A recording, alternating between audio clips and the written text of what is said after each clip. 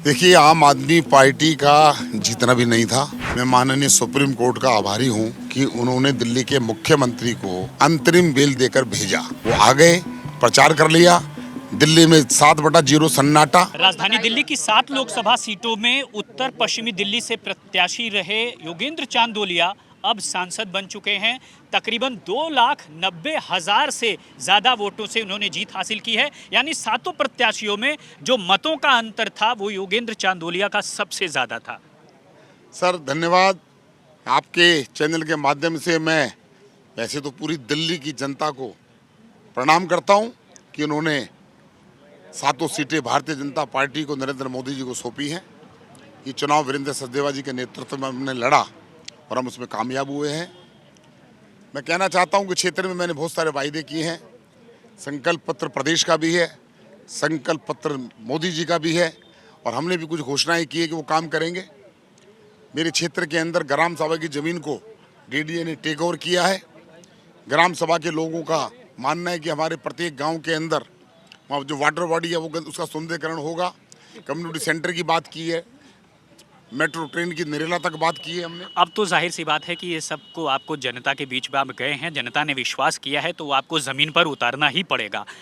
आम आदमी पार्टी के बारे में क्या कहेंगे, क्योंकि इसी दौरान काफ़ी हाई डेसिबल में प्रचार हो गया था जब अरविंद केजरीवाल उतरे थे। अब आम आदमी पार्टी का यहाँ पर देखा गया कि कोई नहीं जीता। देखिए, आम आदमी पार्टी का जीतना भी नहीं था।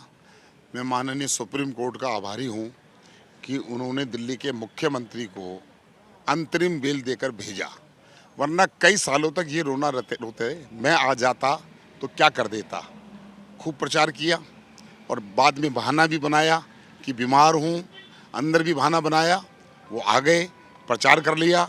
दिल्ली में 7/0 सन्नाटा, पंजाब में सुपड़ा साफ। किस प्रकार की पोजीशन है।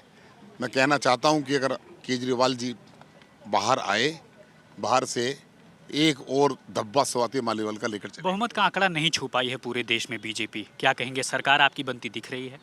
नमस्ते। सरकार बनेगी। बहुमत का आंकड़ा हमारे सहयोगी दल हैं जो खुले रूप से भारतीय जनता पार्टी को समर्थन दे रहे हैं। आप ये देखिए, उड़ीसा के अंदर भारतीय जनता पार्टी पहली बार सरकार बना रही है।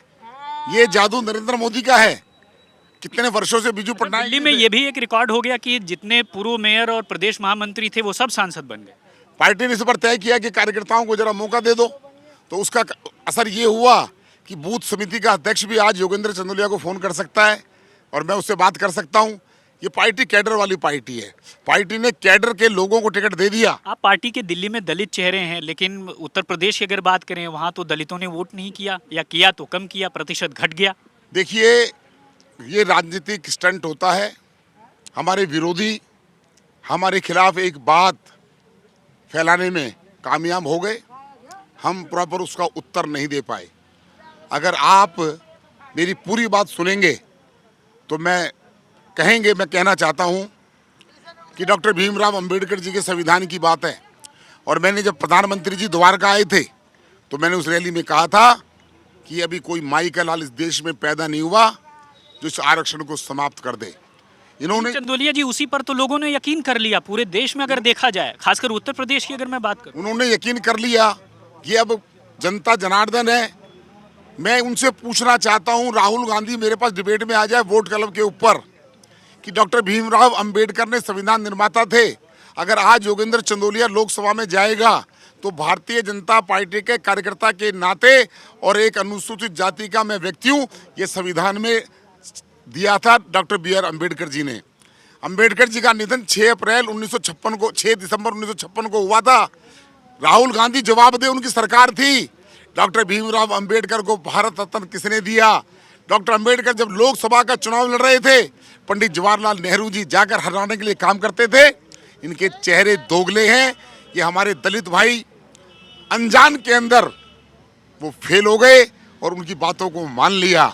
मैं आज भी कह रहा हूं, मैं इतना बड़ा अधिकारी मैं नहीं कह सकता, लेकिन देश के प्रधानमंत्री नरेंद्र मोदी इस आरक्षण के बारे में अच्छा हो उसके बारे में तो सोच सकते हैं।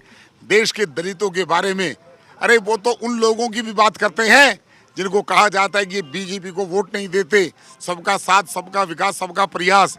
यह व्यक्ति ये लोग कामयाब हो गए और इन्होंने उस वर्ग को अपने लालच में लेकर उनका नुकसान करने का काम किया है। नुकसान कर दिया। और जो इंद्रधनुषी समीकरण बीजेपी ने बनाया था गैर ओबीसी और गैर जाटव का, उसमें सेंध लगती हुई दिखाई दी। और इस बार आपने देखा कि किस तरह से जो मामला है वो पलट गया और बीजेपी बहुमत को भी नहीं छू पाई। मनीष बिधूड़ी के साथ राम किंकर सिंह, आज तक।